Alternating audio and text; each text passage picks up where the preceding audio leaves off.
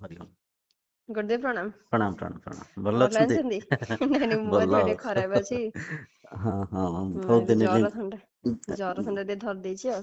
ଓହୋ ହୋ ହୋ, ଆଚ୍ଛା ଆଚ୍ଛା, ଏବେ ଭଲ ହେଲେଣି? ନାଇଁ ନାଇଁ କଥା ହେଲା ଆସିବ ନୁହଁ ହୁଁ କି ହୁଁ ହୁଁ। ସେ ତଣ୍ଟି ଟା ଟିକେ ମାନେ ଶୁଖିଲା ଶୁଖିଲା ଟାଇପ ର ଲାଗୁଛି। ଆଚ୍ଛା ଆଚ୍ଛା, ଏ କ୍ଲାଇମେଟ୍ ଚେଞ୍ଜ ହେଉଛି ତ ତା ପ୍ରଭାବ ହଁ ପଡ଼ୁଛି। ହଁ। ଏ 7-8 ଦିନ ମାନେ ଛାଡି ଖାଲି ଜର ଥଣ୍ଡା ହଉଛି ଆଉ କଣ। ଆଚ୍ଛା ଆଚ୍ଛା ଆଚ୍ଛା ଆଚ୍ଛା, ହଁ ଆଜ୍ଞା। ହଁ। ଗୋଟେ ଧ୍ୟାନ ଯୋଉ କଲା ବେଳେ ଆଜ୍ଞା। ମୁଁ ଆଗରୁ 2 ଘଣ୍ଟା ପାଖାପାଖି ଧ୍ୟାନ କରିଦଉଥିଲି। ଆଚ୍ଛା ସେ ମନ ପୁରା ସ୍ଥିର ହେଇକି ପୁରା ଶୂନ୍ୟ ଅବସ୍ଥାକୁ ଚାଲି ଯାଉଥିଲା। ଆଚ୍ଛା ଆଚ୍ଛା। କିନ୍ତୁ ଏବେ ପ୍ରୋବ୍ଲେମ କଣ ହଉଛି ଗୁରୁଦେବ, ହୁଁ। ମାନେ 45 ମିନିଟରୁ ଅଧିକ କରି ହଉନି, ଗୋଡ ହାତ ଖାଲି ବିନ୍ଧା ହଉଛି। ତ କେମିତି ଏଇଟା ମାନେ ଆହୁରି ଟିକେ ବଢେଇ ପାରିବ ଅବଧି ଟାକୁ? ଆଚ୍ଛା ଆଚ୍ଛା ଆଚ୍ଛା, ଏଠି ଦେଖନ୍ତୁ ଶରୀର, ଇନ୍ଦ୍ରିୟ, ମନ ଆଜ୍ଞା ଜଣେ ଆଜ୍ଞା ଜଣଙ୍କ ସାଙ୍ଗରେ ଜଡ଼ିତ ଅଛନ୍ତି। ଆଜ୍ଞା ଆଜ୍ଞା ଜଣେ ଜଣଙ୍କ ଉପରେ ନିର୍ଭର ବି ଅଛନ୍ତି, ଆଜ୍ଞା ବୁଝିପାରୁଛନ୍ତି? ଆଜ୍ଞା ଆଉ ଏ ଧ୍ୟାନ ପୂର୍ବରୁ ଆମେ ଅଷ୍ଟାଙ୍ଗ ଯୋଗରେ ଜାଣିଛେ ଆସନ ଗୋଟେ ଅଛି। ଆସନ କୋଉଥିପାଇଁ କରାନ୍ତି? ଆସନ ଏଇଥିପାଇଁ କରାଯାଏ ଶରୀର ସଶକ୍ତ ରହିବ। ଆଜ୍ଞା ଶରୀର ଶରୀର ଶକ୍ତ ରହିଲେ ଶରୀର ସ୍ଥିର ହେଇକିରି ବସି ପାରିବ। ଅଧିକ ସମୟ ଆଜ୍ଞା ଆଣ୍ଠୁ ଆଜ୍ଞା ଗଣ୍ଠି କିଛି ହବନି। ଆଜ୍ଞା ତ ତା ପାଇଁ ସକାଳେ ଟିକେ ଚଲାବୁଲା କରନ୍ତୁ, ଟିକେ ଏକ୍ସରସାଇଜ କରନ୍ତୁ ଟିକେ, ବୁଝିପାରୁଛି? ଆଜ୍ଞା ଆସନ ଆଜ୍ଞା। ଯଦି କିଛି କରିପାରିବେ, ଆସନ ହେରିକା ଆସନ କରନ୍ତୁ। ନହେଲେ ଚଲାବୁଲା ଟିକେ ହାଲକା ଜଗିଙ୍ଗ ଗୋଟେ ଯଦି ହବ। ପାଖାପାଖି ବି ଚଲାବୁଲା ବି ମାନେ ସକାଳୁ ସକାଳୁ ବି ମୁଁ ପାଖାପାଖି 2 କିଲୋମିଟର ଲେଖା ଚଲାବୁଲା କରେ। ଆଚ୍ଛା ଆଚ୍ଛା ଆଚ୍ଛା ତଥାପି ଧ୍ୟାନ କଲା ବେଳେ ସେଇ 45 ମିନିଟ୍ ବେଳେ ହେଇଯିବ। ସେ ଆଚ୍ଛା। ଠିକ ମାନେ ଶୂନ୍ୟ ଅବସ୍ଥାକୁ ଗଲା ବେଳକୁ ହିଁ ଗୋଡ ହାତ ବିନ୍ଧା ହଉଛି, ଆଉ ବସି ହଉନି। ହୁଁ ହୁଁ, ମଝିରେ ଟିକେ ଧ୍ୟାନ ଗ୍ୟାପ୍ ହେଇଯାଇଥିଲା ବୋଧେ? ହଁ ହଁ ହଁ। କାହିଁକି ନା ଏ ସବୁ ସହଜ କଥା। ଆଜ୍ଞା ଆଜ୍ଞା କାହିଁକି ନା କହନ୍ତି ନା ପ୍ରାକ୍ଟିସ୍ ମେକ୍ସ ମ୍ୟାନ୍ ପରଫେକ୍ଟ। ବାରମ୍ବାର ଆଜ୍ଞା ଆମେ ଯଦି ଆଜ୍ଞା ପ୍ରାକ୍ଟିସାଇଜ କରୁଥିବା ଗୋଟେ ଜିନିଷକୁ, ସେ ପରଫେକ୍ସନ ରହିବ। ଆଉ ଟିକେ ଆଜ୍ଞା ଆଜ୍ଞା ଛାଡ଼ିଦେଲେ ଏସବୁ ମନର ଫେରେ ବହିର୍ମୁଖୀ ମନ ହେଇଯିବ। ଆଉ ଧୀରେ ଧୀରେ କଲେ ଫେର ଆଉଥରେ ଅନ୍ତର୍ମୁଖୀ ହେବ, ଫେର ଆଉଥରେ ସହଜ ହେବ, ଟିକେ ସମୟ ଲାଗିବ। ତ ଶରୀର ପାଇଁ ବି କିଛି ବ୍ୟାୟାମ କରନ୍ତୁ, କିଛି ଷ୍ଟ୍ରେଚିଂ ଏକ୍ସରସାଇଜେସ୍ ହେରିକା ଅଛି, ୟୁଟ୍ୟୁବ୍ ହେରିକାରେ ଦେଖିପାରିବେ। ଗୋଡ଼କୁ ହାତକୁ ହେରିକା ଲମ୍ବେଇକିରି ତାକୁ ଷ୍ଟ୍ରେଚ୍ କରିବା, କି ହାଲକା ସା ପୁଷଅପ୍ସ ହେରିକା କରିପାରିବେ। ଜଗିଙ୍ଗ କଲେ ବହୁତ ବଢ଼ିଆ, ହାଲକା ହାଲକା ଆଜ୍ଞା। ଯଦି ଦୌଡ଼ି ପାରିବେ। ନା ସେ କଣ ହଉଛି ଗୁରୁଦେବ, ଯେତେବେଳେ 45 ମିନିଟ୍ ହଉଛି, ସେ ଝିମ୍ ଝିମ୍ ଟାଇପ ର ପୁରା ହଉଛି, ଗୋଡ ପୁରା ଝିମ୍ ଝିମ୍ ହଉଛି। ଆଚ୍ଛା ତାପରେ ଆଚ୍ଛା। ବିନ୍ଧୁଛି ଆଉ ବସି ହଉନି। ଖାଇବା ଏମିତି ପିଇବା ବହୁତ ବି ଦିନ ହେଲା ଟିକେ ହେଲାଣି। ଅବହେଳା ହେଉଛି ବୋଧେ, ଖାଇବା ପିଇବା ବୁଝୁଛି? ଖାଇବା ପିଇବା ମାନେ ସଫିସିଏଣ୍ଟ ଯଦି ପ୍ରୋଟିନ୍ସ ଆମ ଶରୀରକୁ ମିଳିବନି, ପୋଷକ ତତ୍ଵ ଆଜ୍ଞା ମିଳିବନି ବି ଆଜ୍ଞା ଏମିତି ହୁଏ। ଆଜ୍ଞା ତ ଖାଇବା ପିଇବାରେ ଟିକେ ଦେଖି ଚାହିଁକରି ଖାଆନ୍ତୁ, ଫଳ ହେରିକା କି ଆଜ୍ଞା ଯେଉଁ ବାଦାମ, କାଜୁ, ବୁଟ, ଆକୁ ସବୁ ରାତିରେ ବତୁରେଇ ଦେବେ, ତାକୁ ଟିକେ ଖାଇବେ। ଏସବୁ ଆଜ୍ଞା ଆଜ୍ଞା ଖାଇବା ପିଇବା ଟିକେ ବି ଭଲ ପୌଷ୍ଟିକ ପଦାର୍ଥ ଖାଇଲେ ଏସବୁ ଟିକେ। ଶାଗ ଖାଇବେ ବେଶୀ, ସଜନା ଆଜ୍ଞା ଶାଗ। ଆଜ୍ଞା ଆଜ୍ଞା ଆଉ ଶାଗ ବାରିରେ କରିକିରି ଖାଇଲେ ଭଲ। ଏ ଦୋକାନ ଶାଗ ତ ସବୁ ବାହାର ଶାଗ, ସବୁ ସାର ଦିଆ ଶାଗ। ଆଜ୍ଞା ଆଜ୍ଞା ଖାସ୍ ନୁହଁ। ବାଇରେ ଯଦି ଜାଗା ଥିବ ଟିକେ ଶାଗ ଫାଗ ବୁଣିଦେବେ, ତାକୁ ସବୁ ଖାଇବେ। ଆଜ୍ଞା। ଆଉ ଯଦି ଆପେଲ୍ ଫାପେଲ୍ ଫଳ ହେରିକା ଟିକେ ଖାଇବେ, ଭଲ। ସେ ତାହେଲେ ମେନ୍ ହେଲା ଗୋଟେ ଯୋଉ ଆମର ଭାତ ଟା ଅଛି, ଭାତ ଅପେକ୍ଷା ସକାଳେ ଏସବୁ ଜିନିଷ ଟା ଖାଇଲେ ଟିକେ ଭଲ ହବ। ନିଶ୍ଚୟ ଭଲ। ଭାତ ଧିରେ ଦେଖନ୍ତୁ, ଭାତ ଆଜିକାଲି ପୁରା ସାର ଦେଇକିରି ଆମେ ଆଜ୍ଞା ତାକୁ ସେ ଖାଦ୍ୟକୁ ବିଷ ତୁଲ୍ୟ କରିଦେଇଛେ। ଆଜ୍ଞା ଖାଦ୍ୟ ଆଜ୍ଞା ସେ ପୌଷ୍ଟିକ ପଦାର୍ଥ ନାହିଁ, ଖାଲି ଭୋକକୁ ମିଟିବା ପାଇଁ ଖାଲି ଟିକେ ଆମେ ଖାଉଛେ, କିନ୍ତୁ ତା ଭିତରେ ସେ ପୌଷ୍ଟିକ ତତ୍ଵ ଯେଉଁ ଆଗରୁ ଯାହା ଥିଲା ସବୁ, ସେ ସବୁ ନାହିଁ, ନା ଏବେ ସମ୍ପୂର୍ଣ୍ଣ ବା ମିଥ୍ୟା ହେଇଗଲା। ଲୋଭରେ ସବୁ ଯୋଉ ଚାଷ ବାସଟା ଲୋଭରେ ଲୋଭରେ ଲୋଭରେ ଲୋଭରେ କରୁଛନ୍ତି କିନ୍ତୁ ଅଧିକ ଇନକମ ହବ। ଲୋଭରେ ସମସ୍ତେ ଜଡ଼ିତ ଆଜ୍ଞା ଅଛନ୍ତି। ଆଜ୍ଞା ଆଉ ତ ସେ ଭାତ ଜାଗାରେ ପରିବା ହେରିକା ଟିକେ ବେଶୀ ଖାଇବେ। ପରିବା ତାପରେ କ୍ୟାରେଟ୍, ବିଟରୁଟ୍ ଅଛି, ଆକୁ ସବୁ ଯଦି ଖାଇପାରିବେ ଭଲ କଥା। ଏସବୁ ଆଜ୍ଞା ଆଜ୍ଞା। ଜିନିଷ ଏସବୁ ଜିନିଷ ଗୁରୁଦେବ ଖାଆନ୍ତୁ। ଆଉ ଗୋଟେ ଆପଣଙ୍କର ଯୋଉ ଭିଡିଓ ଗୁରୁଦେବଙ୍କ ସହିତ ଆଉ ଗୋଟେ କରିଥିଲେ ଜଗନ୍ନାଥଙ୍କ ଉପରେ, ଆଜ୍ଞା ସେଥିରେ ମୂର୍ତ୍ତି କଥା ବି ଚର୍ଚ୍ଚା ହଉଥିଲା।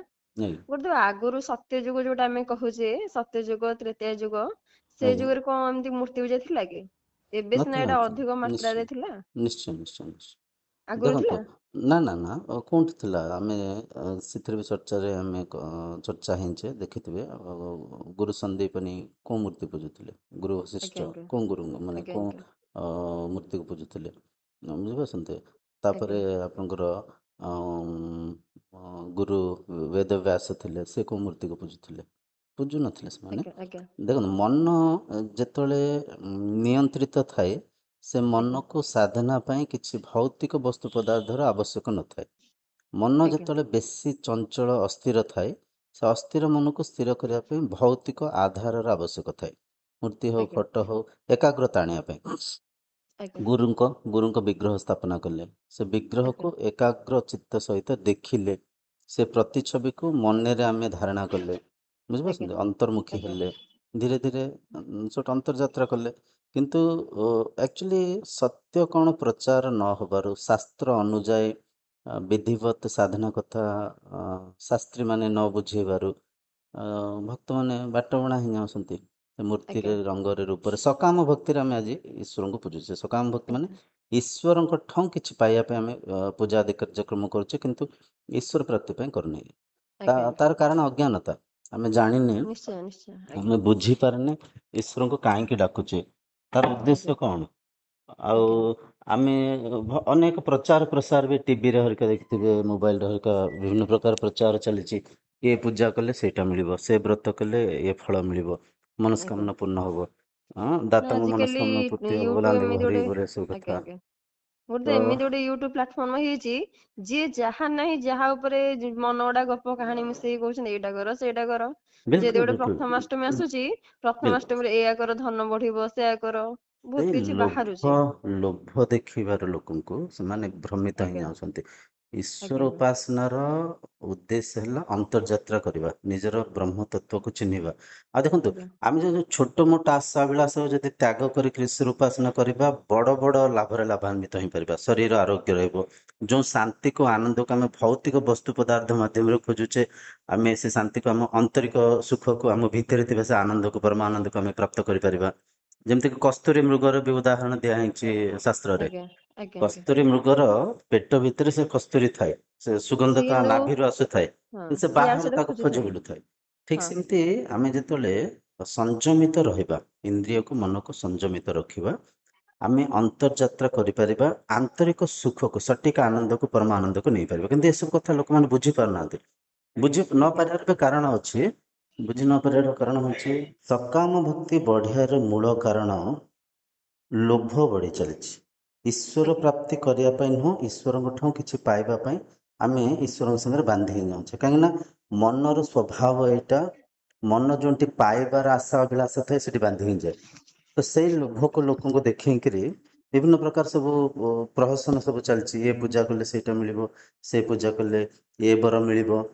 ଦୋକାନରେ ଦେଖିଥିବେ, କିଏ ଲେମ୍ବୁକୁ ଗ୍ଲାସରେ ପାଣି ପୁରେଇକି, ଲେମ୍ବୁ ପୁରେଇକି ରଖୁଛନ୍ତି। ଆଜ୍ଞା ଆଜ୍ଞା ଗୋଟେ ଆଜ୍ଞା କ'ଣ କାଚ ତାଟିଆ ଦେହରେ କଇଁଚକୁ ରଖୁଛନ୍ତି, ବୁଝିପାରୁଛନ୍ତି। ଆଉ ଲୋକ ଦେଖିବେ 10ଟା ଲେଖା, 10ଟା ଆଙ୍ଗୁଠିରେ 10ଟା ଲେଖା ମୁଦି ପିନ୍ଧୁଛନ୍ତି, ସବୁ ପଥର ସବୁ ମୁଦି, ମାନେ ଅଷ୍ଟ ଧାତୁ, ସେ ଧାତୁ ମୁଦି। ଆକୁ ପିନ୍ଧିଲେ ଭାଗ୍ୟ ଫିଟିଯିବ, ତାକୁ ଆଜ୍ଞା ପିନ୍ଧିଲେ ଉନ୍ନତି ହବ, ତାକୁ ସବୁ ସେ ଆଜ୍ଞା ଆଜ୍ଞା ଚାଲିଛି। ଗୋଟେ ହଁ, ବଢିଆ କଥା କହିଲେ।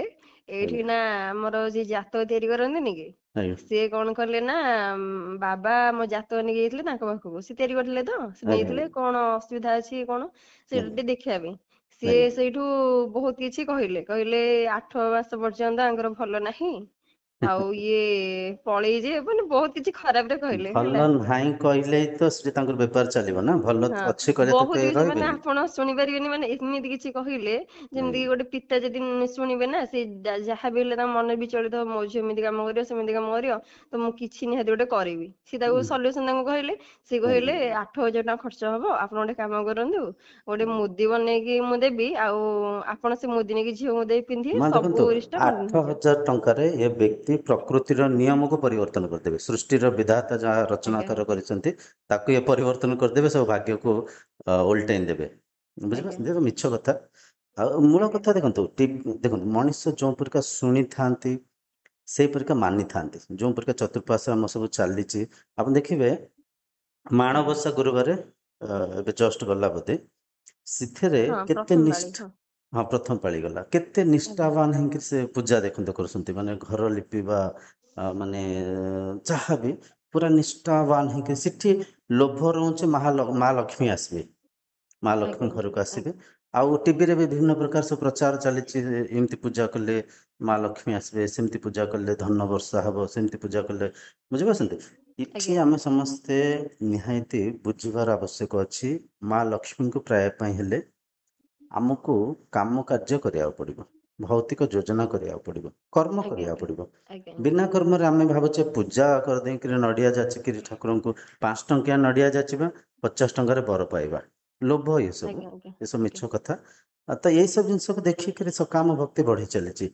ବୈଦିକ ଆଜ୍ଞା ପରମ୍ପରା ଏତେ ଅଦ୍ଭୁତ, ତା ଭିତରେ ଏତେ ରହସ୍ୟମୟ କଥା ସବୁ ଲେଖା ହେଇକି ଅଛି। ତାକୁ ଯେତେବେଳେ ସଠିକ୍ ପ୍ରଚାର ହବ, ସାରା ବିଶ୍ୱ ଏକ ହେଇଯିବ। ମୁଁ କହୁନି ଯେ ଓଡ଼ିଶା ଭାରତ କହୁନି, ମୁଁ ସାରା ବିଶ୍ୱ ଏକ ହେଇଯିବ। କାହିଁକିନା ତା ଭିତରେ ବହୁତ ସାରା ରହସ୍ୟମୟ କଥା ଅଛି। ଆଉ ପ୍ରାକ୍ଟିକାଲି ସବୁ ଗୋଟେ ଗୋଟେ କଥାକୁ ଆମେ ଅନୁଭବ କରିପାରିବା। ଈଶ୍ୱର ଆଜ୍ଞା ଅଛନ୍ତି, ଈଶ୍ୱର ଥିଲେ, ଈଶ୍ୱର ରହିବେ। ଈଶ୍ୱରଙ୍କୁ ଏଇ ମୁହୂର୍ତ୍ତରେ ଏଇଠି ଆମେ ଅନୁଭବ କରିପାରିବା। ତାର ବିଧି ଅଛି, ତାର ଆଜ୍ଞା ମାର୍ଗ ଅଛି, ତାର ସାଧନା ଅଛି, କିନ୍ତୁ ତାର ସବୁ ପ୍ରଚାର ହଉନି। ଏଇସବୁ ଜିନିଷ ଆଜ୍ଞା ପ୍ରଚାର ନ ହେବାରୁ କିଏ ମନ୍ଦିରରେ ଦକ୍ଷିଣା ଲୋଭରେ, ମନ୍ଦିର କିଛି ଲୋକଙ୍କ ଏସବୁ କଥା କଟୁ ଲାଗୁଥିବ, ଯିଏ ବି ଏସବୁ କାମ କାର୍ଯ୍ୟ କରୁଛନ୍ତି ତାଙ୍କୁ ଭାରି କଟୁ ଲାଗିବ। କାହିଁକିନା ମଣିଷର ମନର ସ୍ୱଭାବ ଏମିତି, ସେ ଭୁଲ କଲେ ମଧ୍ୟ ପ୍ରଶଂସା ଚାହୁଁଥାନ୍ତି, ସେ ଭୁଲକୁ ଘୋଡ଼େଇ ପକାଇବା ପାଇଁ ସମସ୍ତେ ଚାହୁଁଥାନ୍ତି। ବୁଝିପାରୁଛନ୍ତି, ମନ୍ଦିର ପରାବିଦ୍ୟାର ବିଦ୍ୟାଳୟ। ସେଠି ପରାବିଦ୍ୟାର ପ୍ରଚାର ପ୍ରସାର ହଉଛି କି? ସେଠି ସାଧନାର ପ୍ରଚାର ପ୍ରସାର ହଉଛି କି? ସେଠି ବ୍ରହ୍ମ ଜ୍ଞାନର ପ୍ରଚାର ହଉଛି କି? ସତ୍ସଙ୍ଗ ହଉଛି କି? ଆଜ୍ଞା ଦେଖିବା କଥା, ବୁଝିବାର ନିହାତି ଆଜ୍ଞା ଆବଶ୍ୟକ ଆଜ୍ଞା ଅଛି। ତ ଠିକ୍ ଅଛି, ପ୍ରୟାସ ଜାରି ଅଛି, ସମୟ ଆସିବ। ଶାସ୍ତ୍ରରେ ଲେଖା ହେଇଛି ସତ୍ୟମେବ ଜୟତେ, ସତ୍ୟ ଆଜ୍ଞା ଆଜ୍ଞା ଜିତିବ। ସତ୍ୟ ଯେହେତୁ ଜିତିବ, ଏଇଟା ଯେତେ ସତ୍ୟ, ନିଶ୍ଚୟ ସମୟ ଲାଗିଲେ ବି ସତ୍ୟ ଜିତିବ। ଆଉ ଏସବୁ ଗୁରୁଦେବ, କଥା ବି କିଛି ଲୋକ ଅଜ୍ଞାନ ରହୁଛନ୍ତି, ସେମାନେ କଣ କରୁଛନ୍ତି ନା ଆହୁରି କିଛି ଲୋକଙ୍କୁ ଅଜ୍ଞାନ ଭିତରକୁ ଟାଣି ଦଉଛନ୍ତି। ନା ନା ନିଜେ ତ ସତ୍ୟ ଜାଣିନାହାନ୍ତି, କିନ୍ତୁ ଅନ୍ୟମାନଙ୍କୁ ସେ ଅଜ୍ଞାନ ଭିତରେ ବାନ୍ଧି ରଖୁଛନ୍ତି। ସେଠି ତାଙ୍କ ଭିତରେ ଅହଂକାର, ଅଜ୍ଞାନ ଯୁକ୍ତ ଆଜ୍ଞା ଅହଂକାର ଅଛି। ଟିକେ ଶାସ୍ତ୍ର ପଢିଦେଲେ, ଟିକେ କଣ ଦି ଚାରିଟା ଆଜ୍ଞା ଶ୍ଲୋକ ମୁଖସ୍ତ କରିଦେଲେ, ସେ ଭାବୁଛନ୍ତି ମୁଁ ଗୋଟେ ବାବା ହେଇଗଲି। ମୁଁ ହଉଛି ଧନର ଲୋଭରେ, ଆଜି ଦେଖିଥିବେ ଛୋଟ ଛୋଟ ପିଲାମାନେ ବି ଆଜିକାଲି ପ୍ରବଚନ ଦେଲେଣି। ତାଙ୍କୁ ବି ଗୁରୁ ରୂପରେ ନିଶ୍ଚୟ ମୁଣ୍ଡିଆ ନିଶ୍ଚୟ ମାରୁଛନ୍ତି ଲୋକ ଯାଇକିରି। ନିଶ୍ଚୟ ନିଶ୍ଚୟ ବୁଝିପାରୁଛନ୍ତି, ସିଏ ବି ଡିମାଣ୍ଡ କରୁଛନ୍ତି ଗୋଟେ ପ୍ରବଚନ ପାଇଁ ମୋର 30,000 ଟଙ୍କା ଦରକାର, 40,000 ଟଙ୍କା ଦରକାର। ସେ ସବୁ ଡିମାଣ୍ଡ ବି ଚାଲିଛି, ସେ ସବୁ ଜିନିଷ ବି ଚାଲିଛି। ଆଜ୍ଞା। ତ ଏଇଠି ଏବେ ବି ଗୁରୁଦେବ ଗୋଟେ ମଝିରେ ବି ଗୋଟେ ପ୍ରବଚନ ଥିଲା, ଆଜ୍ଞା ସିଏ ବି ମତେ ସେମିତି ଡିମାଣ୍ଡ କଲେ କେତେ ଟଙ୍କା ନବ, ମୁଁ କହିଲି ପଇସା କଥା କୁହନ୍ତୁନି, ଆଜ୍ଞା ଆମର ସତ୍ୟକୁ ଲୋକଙ୍କ ଆଗରେ ଉପସ୍ଥାପନା କରିବାର ସୁନ୍ଦର ଅଛି, ତ ସୁନ୍ଦର ପଇସାର କିଛି ସୁନ୍ଦର। ଆବଶ୍ୟକ ନାହିଁ। ନାଇଁ, ବହୁତ ବହୁତ ଧନ୍ୟବାଦ। ଆଜ୍ଞା ଆପଣ ବି ସେ ଚ୍ୟାନେଲ ମାଧ୍ୟମରେ ଯେଉଁ ପ୍ରଚାର କରୁଛନ୍ତି, ଆଜ୍ଞା ଆଜ୍ଞା। ଅନେକ ଲୋକଙ୍କ ମନ ପବିତ୍ର ହଉଛି, ଅନେକ ଲୋକଙ୍କୁ କିଛି ମାର୍ଗଦର୍ଶନ ମିଳୁଛି। ଆଉ ସେମାନେ ଆଉ ଗୋଟେ ଖୁସି ବି ହେଲେ ଯେ ନାଇଁ ଗୋଟେ ଝିଅଟା ବି ପ୍ରବଚନ କହିପାରୁଛି, ଆଉ ନିଶ୍ଚୟ ନିଶ୍ଚୟ ଲୋକଙ୍କୁ ଏତେ କମ ଏଜ୍ ଲୋକଙ୍କୁ ବି ମାନେ ମାର୍ଗଦର୍ଶନ କରୁଛି, ବହୁତ ଖୁସି ହେଲେ। କିଛି ଲୋକ ନିଶ୍ଚୟ ଜାଣିକି ନିଶ୍ଚୟ କହିଲେ ଆଙ୍କ ନିଶ୍ଚୟ ଝିଅ ଏମିତି ପ୍ରବଚନ ଦେଲାଣି, ଆମେ କାହିଁ ଜାଣିନଥିଲୁ, ଆଗରୁ ଟିକେ ଜଣେଇଥିଲେ ଭଲ ହେଇଥାନ୍ତା, ଆହୁରି ଆମେ ଯୋଉଠି ଯୋଉଠି ପ୍ରବଚନ ହଉଛି ଆମେ ଡାକିଥାନ୍ତୁ। ନିଶ୍ଚୟ ଖୁସି ହେଲେ। ନିଶ୍ଚୟ ନିଶ୍ଚୟ ଆଜ୍ଞା। ନିଶ୍ଚୟ। ସେ ଚ୍ୟାନେଲକୁ ଆଉ ଥରେ ଗୁରୁଦେବ, ମୋର ସଜାଡ଼ନ୍ତୁ, ପ୍ରଶ୍ନ କୁହନ୍ତୁ ଥିଲା କି କୁହନ୍ତୁ। ଯୋଉ ମୂର୍ତ୍ତି ପୂଜା ଟା ଆମର ଏଇଟା କେବେଠୁ ଆରମ୍ଭ ହେଲା? ଦେଖନ୍ତୁ, ନିର୍ଦ୍ଦିଷ୍ଟ ସମୟକୁ ତ ଆମେ ଏକ୍ଜାକ୍ଟଲି କହିପାରିବାନି, ଆଜ୍ଞା ବୁଝିପାରୁଛ, ନିର୍ଦ୍ଦିଷ୍ଟ ସମୟ କହିପାରିବାନି। କେବେଠୁ ଆରମ୍ଭ ହେଲା ଜାଣିବାଠୁ ଏ କଥାକୁ ଜାଣିଲେ ଆଉ ଟିକେ ଭଲ ହବ, କୋଉଥିପାଇଁ ଆରମ୍ଭ ହେଇଥିଲା। ଆରମ୍ଭ ଆଜ୍ଞା ହେଇଥିଲା ଆଜ୍ଞା ଗୁରୁଙ୍କୁ ସମ୍ମାନ ଦବା ପାଇଁ। ଗୁରୁ ହିଁ ସାକ୍ଷାତ ଈଶ୍ୱର, ଗୁରୁଙ୍କୁ ନ ମଣିବ ନର। ଗୁରୁଙ୍କୁ ଆଜ୍ଞା ନର ଭାବିବେନି, ତାଙ୍କୁ ଈଶ୍ୱର ତୁଲ୍ୟ ଭାବିକିରି, ଗୁରୁ ଆଜ୍ଞା ସାକ୍ଷାତ ପରମ ବ୍ରହ୍ମ ଭାବିକିରି ମାନିକିରି ଗୁରୁଙ୍କ ସେବା ଯତ୍ନ କଲେ ଆମେ ବ୍ରହ୍ମାନୁଭୂତି କରିପାରିବା, ଈଶ୍ୱର ପ୍ରାପ୍ତି କରିପାରିବା। ତ ମୂର୍ତ୍ତି ପୂଜା ଆରମ୍ଭ ହେଇଥିଲା ଗୁରୁଙ୍କ ପୂଜା ପାଇଁ, ଗୁରୁଙ୍କୁ ସମ୍ମାନ ଦେବା ପାଇଁ, ଏଥିପାଇଁ ଆଜ୍ଞା ଆରମ୍ଭ ହେଇଥିଲା। କିନ୍ତୁ ଆମେ ଗୋଟେ ଏମିତିଆ ସ୍ଥିତିରେ ଆଜି ଆସି ଆମେ ପହଞ୍ଚିଛେ, ମୂର୍ତ୍ତି ଫଟୋରେ ହଜି ମଜିକିରି ସେ ଈଶ୍ୱରଙ୍କୁ ଖୋଜୁଛେ, କିଛି ଈଶ୍ୱରଙ୍କଠୁ ପାଇବା ପାଇଁ ସକାମ ଭକ୍ତି କରୁଛେ, କିନ୍ତୁ ମୂର୍ତ୍ତି ପୂଜା ମାଧ୍ୟମରେ, ଗୁରୁଙ୍କ ମାଧ୍ୟମରେ ଯୋଉ ଜ୍ଞାନକୁ ଶିଖିବାର ଥିଲା, ସେ ଜ୍ଞାନକୁ ଆମେ ଭୁଲି ଯାଇଛେ। ଆଜ୍ଞା ବୁଝିପାରୁଛନ୍ତି ଏଇଟା। ଆଜ୍ଞା।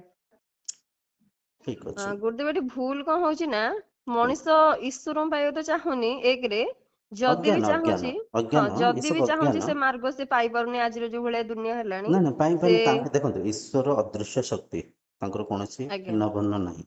ଆଜ୍ଞା ସିଏ ଚେତନା ରୂପରେ, ବ୍ରହ୍ମ ରୂପରେ, ଆତ୍ମା ରୂପରେ, ସମସ୍ତଙ୍କ ଭିତରେ ସମାନ ରୂପରେ ବିଦ୍ୟମାନ ଅଛନ୍ତି। ସେ ଅଦୃଶ୍ୟ ଶକ୍ତିକୁ ଜଣେ ଦେଖିବା ପାଇଁ ହେଲେ ତାଙ୍କୁ ସଠିକ ଗୁରୁଙ୍କ ଆବଶ୍ୟକ ଅଛି। ଆଜ୍ଞା ଆଜ୍ଞା ବୁଝିପାରୁଛନ୍ତି, ସେ ଅଦୃଶ୍ୟ ଶକ୍ତିକୁ ଅନୁଭବ କରିବା ପାଇଁ ଗୋଟେ ସଠିକ ଗୁରୁଙ୍କର ଆବଶ୍ୟକ ଅଛି। ସେ ଗୁରୁଙ୍କୁ ଆଜ୍ଞା ପାଉନାହାନ୍ତି। ଆଜିକାଲି ଯାହା ଆଜ୍ଞା ଭୌତିକ ପ୍ରଚାର ସବୁ ଚାଲିଛି, ସେ ପ୍ରଚାର ଭିତରେ ଯିଏ ଯାହା ପାଇଲା, ଆଜ୍ଞା ଆଜ୍ଞା ଗପ କାହାଣୀ ଛନ୍ଦିକିରି ସବୁ ଈଶ୍ୱରଙ୍କ ଠୁ କିଛି ଏଇଟା କଲେ ସେଇଟା ମିଳିବ, ସେ ପୂଜା ଏ ପୂଜା, ତ ସେମାନେ ସେ ଭ୍ରମରେ, ସେ ଜାଲରେ ଫସି ଯାଉଛନ୍ତି। ତାର ମୂଳ ଆଜ୍ଞା କାରଣ ଏଇଠି ଦେଖନ୍ତୁ, ତାର ପରିଷ୍କାର ବି ଅଛି। ତାର ପ୍ରତ୍ୟେକ ସମସ୍ୟାର ସମାଧାନ ଅଛି। ଏ ସମସ୍ୟାର ସମାଧାନ ହେଲା ଆମେ ଶାସ୍ତ୍ର ପଢ଼ିବାର ନିହାତି ଆବଶ୍ୟକ ଅଛି। ଭଗବତ ଗୀତା ଅଛି, ଉପନିଷଦ ଅଛି, ବ୍ରହ୍ମସୂତ୍ର ଅଛି, ଏ ଯେଉଁ ତିନିଟା ଶାସ୍ତ୍ର ତତ୍ଵ ଭିତ୍ତିକ ଶାସ୍ତ୍ର ପ୍ରସ୍ଥାନ ତ୍ରୟ କୁହାହେଇଛି। ଏ ଆଜ୍ଞା ଶାସ୍ତ୍ରକୁ ପଢ଼ିକିରି ଶାସ୍ତ୍ର ଅନୁଯାୟୀ ଯେତେବେଳେ ବିଧିବତ ସାଧନା କରିବା, ସେତେବେଳେ ଯାଇକି ଆମେ ସଠିକ ମାର୍ଗରେ ଈଶ୍ୱର ପ୍ରାପ୍ତି କରିବା ପାଇଁ ଈଶ୍ୱର ଉପାସନା କରିପାରିବା। ତ ପୂଜା କରିବା ସଙ୍ଗେ ସଙ୍ଗେ ପାଠ କରିବାର ବି ଆବଶ୍ୟକ ଅଛି। ପାଠ ମାନେ ଶାସ୍ତ୍ର ପଢ଼ିବାର ଆବଶ୍ୟକ ଅଛି। ଆଜ୍ଞା ଆଜ୍ଞା ଆଜ୍ଞା। ତେବେ ଯାଇକି ଗୁରୁଦେବ ଯେତେବେଳେ ମୁଁ ଈଶ୍ୱରଙ୍କୁ ପ୍ରାପ୍ତ କରିବା ପାଇଁ ଚାହିଁଲି, ଈଶ୍ୱରଙ୍କୁ ତ ଆଜ୍ଞା ପ୍ରାପ୍ତ କରାଯାଇ ପାରିବନି, ସେ ଆମ ଚିହ୍ନିବା ପାଇଁ ସ୍ୱରୂପ, ଆଜ୍ଞା ଆଜ୍ଞା ବାସ୍ ତାଙ୍କୁ ଅନୁଭବ କରିବାର ଅଛି। ଆଜ୍ଞା କିନ୍ତୁ ସେତେବେଳେ ଯେହେତୁ ମୁଁ ଅଜ୍ଞାନ ଥିଲି, ମୁଁ ଚାହୁଁଥିଲି ଈଶ୍ୱରଙ୍କୁ ପ୍ରାପ୍ତ କରିବା ପାଇଁ। ଆଜ୍ଞା ତ ଆଜ୍ଞା ମୁଁ ସେତେବେଳେ ଭାବୁଥିଲି ଆଜିର ଦୁନିଆରେ କଣ ସେମିତି ଗୁରୁ ଥିବେ କି, ଆଜିର ଦୁନିଆରେ କଣ ସେମିତି ପ୍ରକୃତ ସାଧୁସନ୍ଥ ଥିବେ ଅଛନ୍ତି କି, ଅଛନ୍ତି ନା ଆଜ୍ଞା ସେମିତି ବହି ଥିବ ଯେ ପ୍ରାପ୍ତ କରିହବ। ମାନେ ମୋ ଆଜ୍ଞା ମନରେ ଗୋଟେ ଅଲଗା ପ୍ରକାର ଭାବନା ଚାଲୁଥିଲା। ଆଜ୍ଞା ଯାହା ହଉ ଆଜ୍ଞା। ଆପଣଙ୍କ ମାର୍ଗଦର୍ଶନରୁ ନାଇଁ ସେ ନାଇଁ ଭାଗ୍ୟ ଠିକ ଅଛି। ହେଲା। ଜିଜ୍ଞାସା ସବୁଠୁ ଆଜ୍ଞା ବଡ଼ ଆଜ୍ଞା କଥା ହେଲା ଆପଣଙ୍କ ଆଜ୍ଞା ଜିଜ୍ଞାସା, ଆପଣଙ୍କ ଭିତରେ ଯୋଉ ଆଜ୍ଞା ବ୍ୟାକୁଳତା ଥିଲା ସେଇଟା ସବୁଠୁ ବଡ଼ ଆଜ୍ଞା କଥା। ଆଜ୍ଞା। ନା ମୁଁ ବୁଝିପାରୁଛନ୍ତି? ପିଓର ଗୋଟେ ଗୁରୁ ଖୋଜୁଥିଲି, ଯାହା ହଉ ଆପଣଙ୍କର ଭିଡିଓ ସେ ନାଇଁ ସମୟରେ ନାଇଁ ଆସିଲା। ଠିକ କଥା। ଆଜ୍ଞା ଆଜ୍ଞା। ସେ ଯାହା ଦେଖନ୍ତୁ ବି ହଉ, ଈଶ୍ୱରଙ୍କର ଯୋଉ ବି ସଂଯୋଗ ହଉ, ପାଇବାର ଆଜ୍ଞା ଯେହେତୁ ଥିଲା ତ ମିଳିଲା, ବହୁତ ଖୁସି। ଜିଜ୍ଞାସା କିନ୍ତୁ ଜିଜ୍ଞାସା ଆଜ୍ଞା ଆଜ୍ଞା। ଗୁରୁଦେବ ଆଉ ଗୋଟେ କଥା ମୁଁ କହିବି, କୁହନ୍ତୁ। ଯେତେବେଳେ ମୁଁ ଏଇ ଜିନିଷ ଜାଣିଲି, ତ ମୁଁ ଚାହୁଁଛି କି ୟାରି ଉପରେ ସବୁ ପଢାପଢି କରିବା ପାଇଁ। ସେ ତାପରେ ଗୋଟେ ଆମର ଅଛି ରାମସୁଖ, ସ୍ୱାମୀ ରାମସୁଖ ନନ୍ଦଙ୍କର, ଆଜ୍ଞା ନନ୍ଦନା ଦାସଙ୍କର, ରାମସୁଖ ଦାସ। ହଁ ରାମସୁଖ ରାମସୁଖ ଦାସ, ହଁ ହଁ ରାମସୁଖ ବଢିଆ ଦାସ। ତାଙ୍କର ଗୋଟେ ଅଦ୍ୱୈତ ଗୀତା ବେଦାନ୍ତର ଅଛି। ସୁନ୍ଦର ସୁନ୍ଦର ସବୁ ବହି ହଁ ଅଛି। ବହୁତ ବଢିଆ ବଢିଆ ପ୍ରବଚନ ଅଛି, ବହୁତ କିଛି ପ୍ରବଚନ ବହି ବି ମୋ ପାଖରେ ଅଛି। ମୁଁ ଏଇନା ପଢୁଥିଲି ଗୋଟେ ପୁଣି। ପଢନ୍ତୁ ଗୀତା ପଢନ୍ତୁ। ବି ବହୁତ ବଡ ଆକାରରେ ଅଛି, ବହୁତ ମୋଟାର। ସେଥିରେ ବି ବହୁତ ରାମସୁଖ ସୁନ୍ଦର, ଦାସ ମହାରାଜଙ୍କର ଗୀତା ବି ବହୁତ ଅଦ୍ଭୁତ, ମାନେ ପୁରା ଅଦ୍ୱୈତ ବଢିଆ, ଭାବରେ ପୁରା ସ୍ପଷ୍ଟ ଲେଖା ହେଇଛି। ପୁରା ସୁନ୍ଦର ଭାବରେ ପ୍ରାଞ୍ଜଳ ଭାବରେ ବୁଝା ହେଇଛି। ମୁଁ ତାକୁ ପଢୁଛି। ଆଜ୍ଞା କିନ୍ତୁ ବାବା କଣ କହୁଛନ୍ତି କି, ଆଜ୍ଞା ମାନେ ଆମ ଘରେ କିଛି ପ୍ରାର୍ଥନା ବହି ରହୁଛି, ଯୋଉଟା କି ଆମ ସକାଳେ ପଢା ହଉଛି, ସମସ୍ତେ ବସିକି ସେଠି ପଢୁଛନ୍ତି। ତ ମୁଁ ଆଜ୍ଞା ସେଠି ଯେହେତୁ ଏଇ ଜିନିଷ ଜାଣିଲାଣି, ମୁଁ ସେଠି ବସୁନି। ମୋର ଇଚ୍ଛା ହଉନି ସେଠି ବସିବା ପାଇଁ। ମୋ ଇଚ୍ଛା ହଉଛି କଣ ନା, ସେ ସମୟରେ ଏଇ ଜିନିଷ ଟାକୁ ପଢାପଢି କରିବା ନା ପାଇଁ। ବୁଝାନ୍ତୁ, ବାପାଙ୍କୁ ଟିକେ ବୁଝାନ୍ତୁ। କିନ୍ତୁ ବାପା ନାଇଁ ସେ ତତ୍ଵ ସେ ବୁଝିଲେ ବୁଝୁଛନ୍ତି, ତ୍ରୁଟି ବେଳେ ବେଳେ ଭ୍ରାନ୍ତି ବୁଝୁଛନ୍ତି। ଭବସାଗରରୁ ସରିଯାଆନ୍ତି। ହଁ ତ ବେଳେ ବେଳେ ଭବସାଗର ବୁଝୁଛନ୍ତି, ପୁଣି ଅଜ୍ଞାନୀ ପରିକା ସେ ହେଇଯାଉଛନ୍ତି। ନାଇଁ ନା, ତାପରେ ମତେ ପୁରୁଣା କହୁଛନ୍ତି, ସଂସ୍କାର ଦେଖନ୍ତୁ, ହଁ ଯେହେତୁ ହଁ ଆମେ ଛୋଟ ବେଳଠୁ ଈଶ୍ୱରଙ୍କୁ ଯୋଉ ପରିକା ମାନିଛେ, ଯୋଉ ପରିକା ପୂଜା ଆଦି କାର୍ଯ୍ୟକ୍ରମ କରିଛେ, ସେ ସବୁ ସଂସ୍କାର ବାରମ୍ବାର ଆମକୁ ଆଉଥରେ ଟିକେ ବାନ୍ଧିବ। ସେଇ ପରିକା ଆଜ୍ଞା କରିବା ଆଜ୍ଞା ପାଇଁ ମନ ଆଉଥରେ ଚାହିଁବ। କିନ୍ତୁ ଆଜ୍ଞା। ବାରମ୍ବାର ବୁଝେଇଲେ ତାଙ୍କୁ ସମୟ ଆସିବ, ସେ ବୁଝିପାରିବେ, ନିଶ୍ଚୟ ବୁଝିପାରିବେ। ବାବା କହୁଛନ୍ତି ତୋ ଭିତରେ ଅହଙ୍କାର ହେଇଗଲାଣି, ତୁ ନା ନିଜେ ନା ଗୋଟେ ନା ବଡ ବୋଲି ଜ୍ଞାନ କରୁଛୁ। ନା ନା ଆଉ ନା ତୁ ନା ସେତିକି ଆମ ଅହଙ୍କାର ନୁହଁ। ପାଖରେ ବସୁନୁ, କାହିଁ ଆମ ପାଖରେ ସତ୍ୟକୁ ବସିଲେ, ହଁ ଚିହ୍ନିଲା ପରେ, ସତ୍ୟକୁ ହଁ ଚିହ୍ନିଲା ପରେ ଆଉ ମିଥ୍ୟାରେ ମନ ବାନ୍ଧି ହୁଏନି। ହଁ। ନାଇଁ ମୁଁ ବୁଝିପାରୁଛନ୍ତି? ଏଇ ଯୋଉ ଆମର ଅଛି କଣ କହିଲେ, ଗଣେଶଙ୍କର ସ୍ତୋତ୍ର, ନାରାୟଣଙ୍କ ସ୍ତୋତ୍ର, ଏଇ ସବୁ ସ୍ତୋତ୍ର ଅଛି। ମାନେ ଯୋଉ ସ୍ତୋତ୍ରକୁ ପଢିଲେ ସେଥିରେ କିଛି ପାଇବାର ମାନେ ରହିଛି। ମୁଁ ଭଗବତ କିନ୍ତୁ ଗୀତାର ସେଥିରେ ଭଗବତ ଗୀତା 15 ଅଧ୍ୟାୟ ଶ୍ଲୋକ ସଂଖ୍ୟା 6।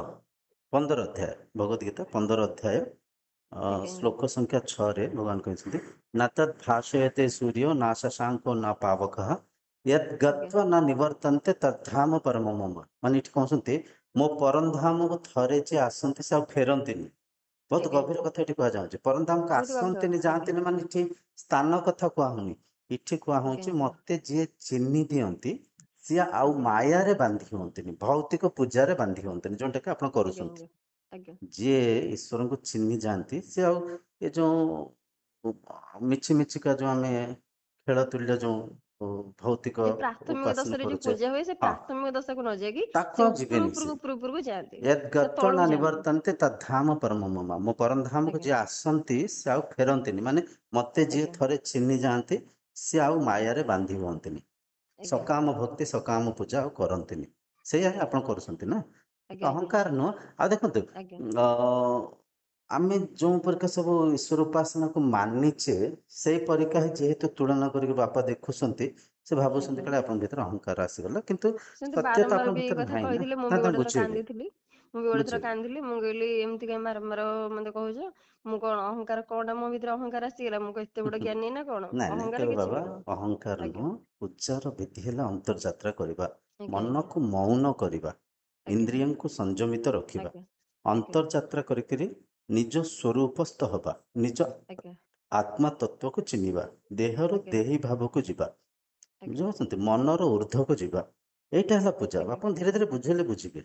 କିଛି ଆଜ୍ଞା। ଅସୁବିଧା ନାହିଁ। ନାଇଁ ଘରେ ବି କିଛି ମୂର୍ତ୍ତି ଅଛି, ମୁଁ ସେ ଯୋଉ ପୂଜା କରେ, ମୁଁ ସେଟା ଶ୍ରୀକୃଷ୍ଣଙ୍କୁ ଗୁରୁ, ରାମଙ୍କୁ ଗୁରୁ, ଇଏ ଯେହେତୁ ଆମର ଗୁରୁ ନା, ନିଶ୍ଚୟ ନିଶ୍ଚୟ ୟାଙ୍କୁ ଥାଉ, କିଛି ୟାଙ୍କୁ ଅସୁବିଧା ଆମେ ନାହିଁ। ନିହାତି ପୂଜା କରିବା ପ୍ରତ୍ୟେକ ଦିନ ଆବଶ୍ୟକ, କାହିଁକି ନା ଗୁରୁଙ୍କୁ ପୂଜା କଲେ କିଛି ଅସୁବିଧା ନାହିଁ। ନିଶ୍ଚୟ ନିଶ୍ଚୟ ନିଶ୍ଚୟ ଆଜ୍ଞା। ପୂଜା କରନ୍ତୁ, କିନ୍ତୁ କିଛି ଆମେ ଅସୁବିଧା ପୂଜା ନାହିଁ, କରିବା କିନ୍ତୁ ଠିକ ଅଛି, କିନ୍ତୁ ପୂଜାର ସେ ଯୋଉ ଯୋଉ ସଠିକ ବିଧି ଅନ୍ତର୍ଜାତର ଆଜ୍ଞା ତାକୁ କରନ୍ତୁ, ଆଜ୍ଞା। ସେ ଜିନିଷ କିନ୍ତୁ ଏଇ କରନ୍ତୁ। ଯୋଉ ପ୍ରାର୍ଥନା ଏସବୁ କରିବା, ଏସବୁଟା ମତେ ଟିକେ କାଇଁ ଅଡୁଆ ଅଡୁଆ ଲାଗୁଛି। ମତେ ଲାଗୁଛି କି ଯେମିତି ମାନେ ପ୍ରାଥମିକ ଦଶକୁ ପୁଣି ଯାଉଛି ହେରି, ସେ ଟାଇପର ମତେ ନାଇଁ ନାଇଁ ଲାଗୁଛି। ଠିକ ଅଛି। ଆଜ୍ଞା ଆଜ୍ଞା।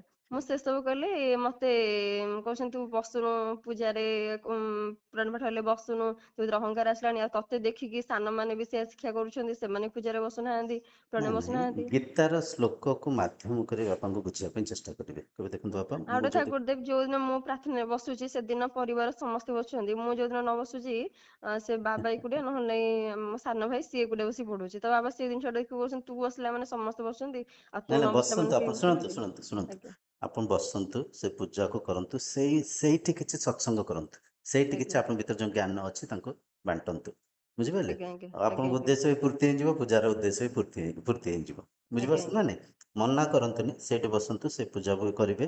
ସେ ପୂଜା କରିବା ସଙ୍ଗେ ସଙ୍ଗେ ସେଠି ଗୋଟେ କିଛି ଭଲ ବିଷୟ ବସ୍ତୁ, ବ୍ରହ୍ମ କିଏ, ଆତ୍ମା କଣ, କି ଭଗବଦ୍ ଗୀତାର ଗୋଟେ ଶ୍ଲୋକକୁ ମାଧ୍ୟମ କରି ସେଠି ସତ୍ସଙ୍ଗ କରିଦେବେ, ଭଲ ବୋଧେ ହବ। ମୁଁ ବି ଏଇ ଜିନିଷ ଚାହୁଁଛି, ମୁଁ ବି ଚାହୁଁଛି ଯଦି ବି ମୁଁ ବସିବି ସେଠି, ହୁଁ, ଭାଗବତର କିଛି ନିଶ୍ଚୟ ଭଲ ଭଲ ମେନ୍ ଧାଡି ହଉ, ନିଶ୍ଚୟ କି ନିଶ୍ଚୟ ଆମର ଶ୍ଲୋକ କିଛି ହଉ, ତାକୁ ନେଇକି ଭଲ ହବ, ଆଲୋଚନା କରାଯାଉ, ଏଇଟା ମତେ ଖୁସି ଲାଗୁଛି। କିନ୍ତୁ ଭଲ ଖାଲି ହବ। ପ୍ରାର୍ଥନା ପଢିଦବା, ପଢିଲେ କଣ, ଆମେ ତ ସେଇଟା ସବୁଦିନ ପଢି ଦଉଛେ, ଲାଭ କଣ ହଉଛି? କିଛି ତ ଲାଭ ହଉନି, ଯାହା ପରିବର୍ତ୍ତନ ତ କିଛି ପଢୁଛେ ଆସୁନି।